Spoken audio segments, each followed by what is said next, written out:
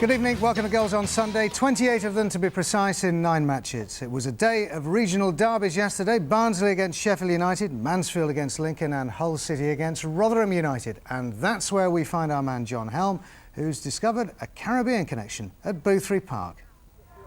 Yes, John, 18 months ago, the two players behind me, Theodore Whitmore and Ian Goodison, were actually Reggae boys playing in the World Cup finals in France. Ian captained Jamaica twice. Theodore scored twice in the win over Japan.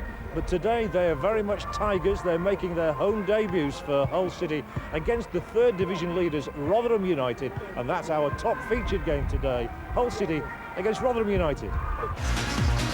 Also coming up, Gore Blimey. Dean serves up a Dutch treat for high-flying Huddersfield. The Tykes are snapping at the Terriers' heels after blunting the blades at Oakwell. And Eiffel towers above Scunthorpe. The Iron are flattened by Millwall. Well, later in the programme, our blast from the past when a top personality in the game relives his memories of a particular match. That's coming up in part 2, and we'll also be chatting to the Mansfield manager, Bill Dearden, who's well remembered in these parts as something of a goal-scoring legend for Sheffield United. Altogether, he scored 61 goals for the Blades in 170 appearances back in the 70s. And that was one of the easier ones. Bill will be reflecting on a topsy-turvy week for Mansfield in part 2. But first, let's go back to Boothry Park. Your commentator, as ever, John Helm. A cold and blustery afternoon at Boothry Park. It must seem a million miles from Montego Bay for the two Reggae boys. And here is Rotherham United's Scott heading the ball crossfield in her first touch in a Hull City first team shirt for Ian Goodison, and there's one as well for Theodore Whitmore. The two of them involved in the very early stages. Here now is Goodison, captain of Jamaica a year ago, but he's lost possession here to Rotherham United. And it will be a Rotherham throw, and Ronnie Moore says that Rotherham's season really started in the wake of 2 defeats by Hull City in the Worthington Cup. He gave them such a rocket, and they've really responded well to go top of Division 3. Now Brown trying to thread it into John Eyre. This is Schofield. He too looking for Eyre, who does win it now, and he won it cleanly, and it's in towards Brown, and it's put out for a corner kick. Good defending by Brian Wilsterman.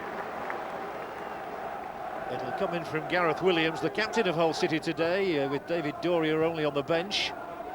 First time shot there from Whitmore. Picked up now by Steve Morgan. And a decent looking cross ball here, well held by Pollitt. That's why Ronnie Moore says he's the best goalkeeper in Division 3.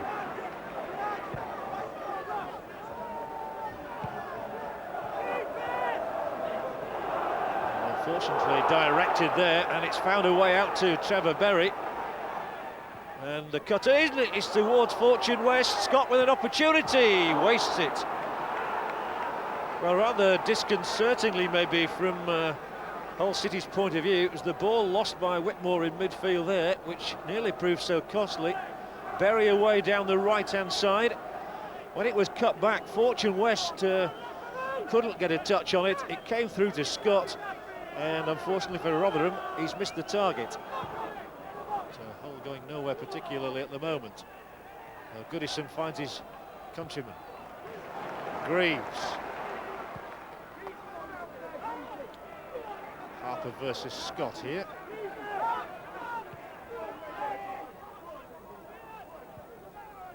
Whitmore and Goodison, and first shot in Hull City colours for Ian Goodison. Well, he once scored a highly memorable goal for his country.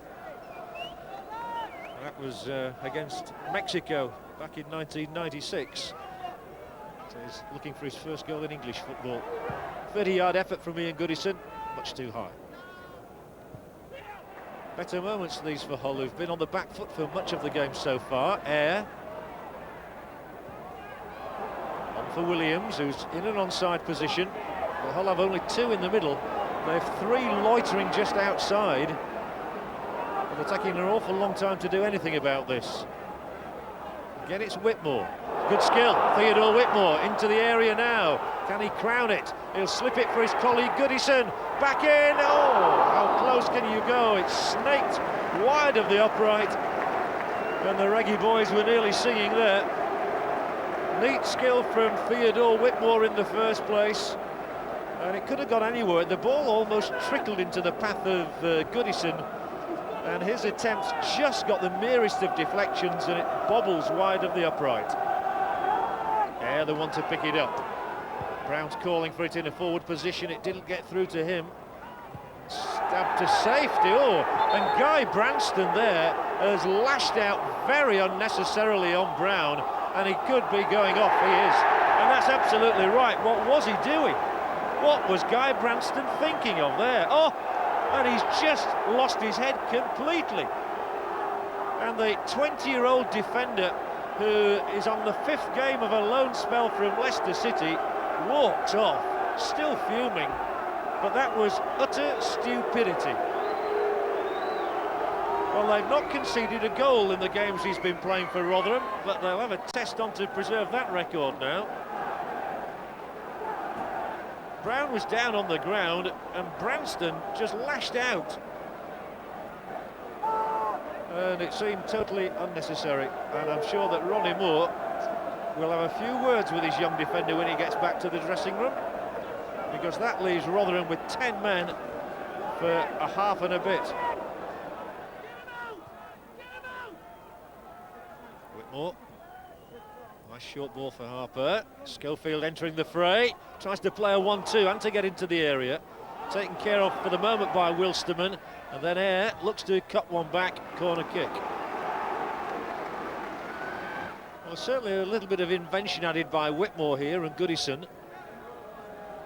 They need something clinical on the end of it all. And here is a chance. No, there was a handball there. It's no goal. Brown puts it in the net. There was a handball there. As the ball hung around in the air almost, Greaves came to meet it. Goodison was in two. The handball spotted long before David Brown put it past Pollitt into the Rotherham net. Warne will be one-on-one against Edwards here, and Rotherham have got two other men getting forward, and still Warne goes on.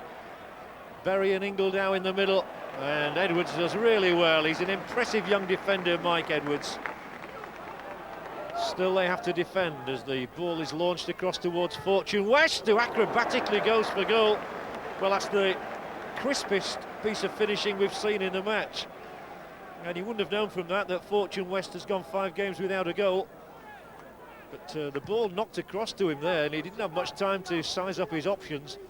And it was a really good effort from Fortune West, and the best save of the afternoon made by Lee Bracey as a result.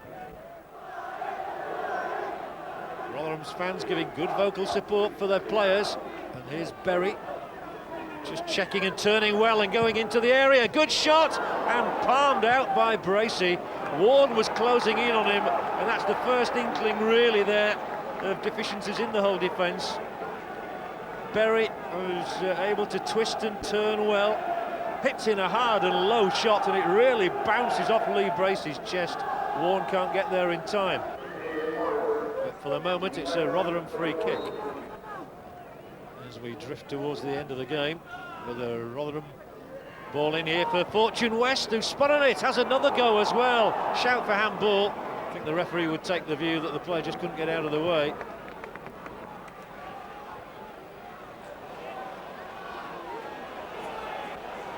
So time running out for these two sides if we're going to get a goal today, but it's a Hull City corner. Driven in high. Williams with the header across, and a fine save by Pollitt from Brown. I thought that David Brown had broken the deadlock there. Well delivered corner, Gareth Williams rising onto it, heads it across, and from inside the 6-yard area, Brown's header perfectly directed, and an excellent stop by Mike Pollitt. Well, it's certainly the closest we've come to a goal. Good corner kick in, and Williams has a good spring on him, gets it well at the back post, and it looked perfect for Brown to get the opening goal, but Mike Pollitt denied him.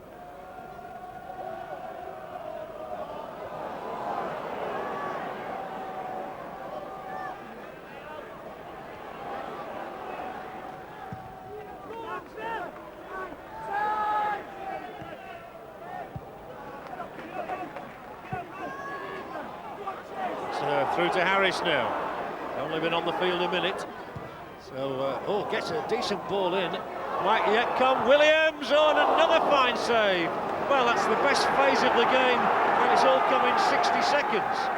First time cross in as well, and it eventually came for Gareth Williams, and that's 2 fine saves that Pollock's made.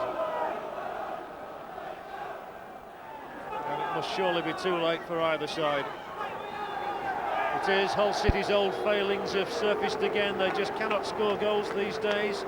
Rotherham United, who played the entire second half with 10 men after the dismissal of Guy Branston, would settle for that final scoreline. At least the Reggie boys have made their mark here at Boothbury Park with a final score: Hull City 0, Rotherham United 0. It was always going to be our game here at 11, you know, so to actually come here and get Guy sent off, it was disappointing for us. I mean, I haven't seen it, so I don't really know, you know, whether he did kick the lad or not. But at the end of the day, you know, you've got to give our lads marks for the way they defended second half, and really probably had 1 or 2 half chances. Yeah, you're disappointed today though, because that wasn't, you know, one of our better performances, I thought. Effort-wise, the second half, you couldn't have asked for any more, but we just made wrong decisions in possession of the ball. Is it difficult for somebody who has played in a World Cup finals to come and play at this level in England in the 3rd division team? I wouldn't say that, you know. As I said before, you have to just come here and show what you got, you know, and move on from there. Well, hardly a sensational start for Hull's Reggie boys, but the real talking point of the game emerged later, and it concerned Rotherham's 20-year-old defender Guy Branston. Now, he was so angry after his dismissal at the end of the first half that he stormed straight down the tunnel, and on his way back to the dressing room, he smashed his fist through the referee's door, not realising that it had glass on the inside. Well, he was rushed to hospital with severed tendons in his arm, there's the door, and was kept in overnight. Silly young lad, you know, he's put his arm through the glass window in the referee's room and severed 1 or 2 tendons in his arm, which will probably put him out for a month, which is crazy, you know, because I mean, we want Guy Branston at the club. You know, that's the 5th game now and 5 clean sheets, and then the silly boy, frustrated, goes through there and does a thing like that to his arm. But we've got to get on with it now. Well, Bill